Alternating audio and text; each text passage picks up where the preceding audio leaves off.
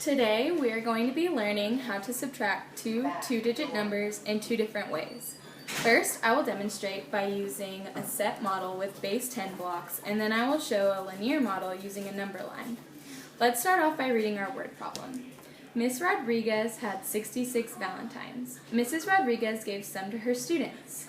Now she has 28 left. How many valentines did Mrs. Rodriguez give to her students? In this problem, we see two numbers, 66 and 28. We know we are subtracting because we are finding out how many valentines Mrs. Rodriguez gave to her students, since we know she had 28 left over from the original amount of 66.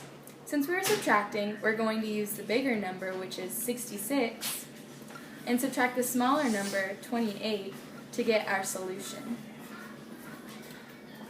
The first way I'll demonstrate how to solve this problem will be with base 10 blocks. Since we have the number 66, we know that that equals out to 6 tens and 6 ones when we look at our place value. So let's take out 6 tens and 6 ones. 1, 2, 3, 4, 5, 6, and 6 ones. 1, 2, 3, 4, 5, 6. And when we look at our other number, 28, we know that 28 is 2 tens and 8 ones. So 1, 2 tens, and 1, 2, 3, 4, 5, 6, 7, 8 ones. Now that we have them next to each other, we can go ahead and subtract 28 from 66. When we subtract, we start with the ones place. The ones place we see is 6 minus 8. However, we can't do this because we only have 6 ones, and we can't subtract 8 ones from 6 ones because there's not enough. Now, a common misconception that students have at this point would be to borrow from the tens place. This could be confusing to students because the term borrowing means that you will give something back.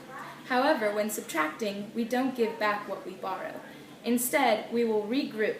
It is important for the student to understand regrouping so they can understand how to subtract correctly.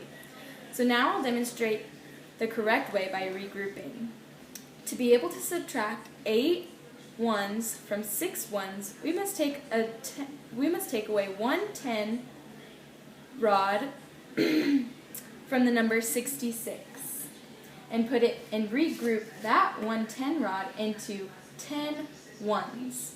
So 1, 2, 3, 4, 5, 6, 7, 8, 9, 10. So now we have 10, 11, 12, 13, 14, 15, 16 ones. Now we're able to subtract 8 from 16. So let's match those up. 1, 2, 3, 4, 5, 6, 7, 8. So we're taking away 8 ones, and let's count how many we have left.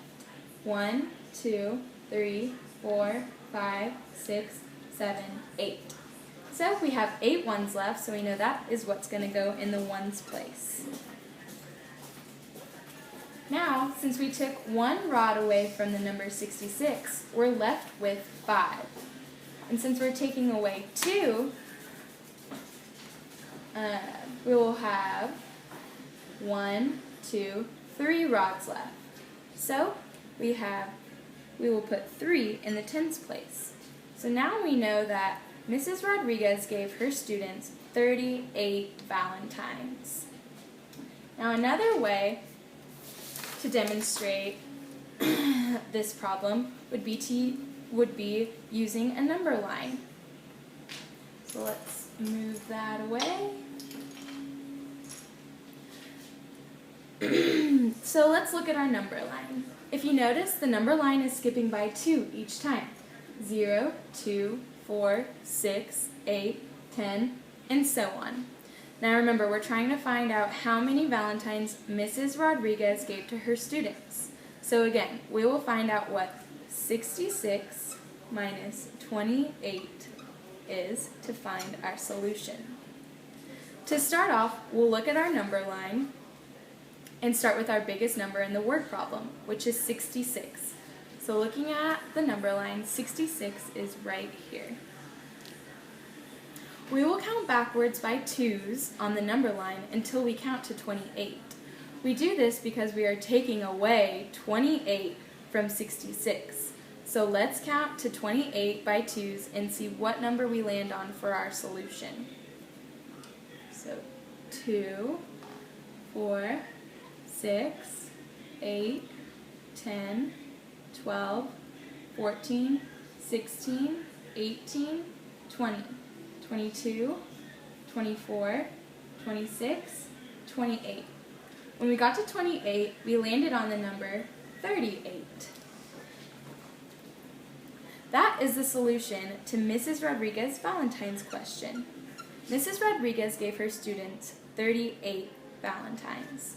So, as you can see, we can find that answer using a linear model with the number line or a set model with the base blocks.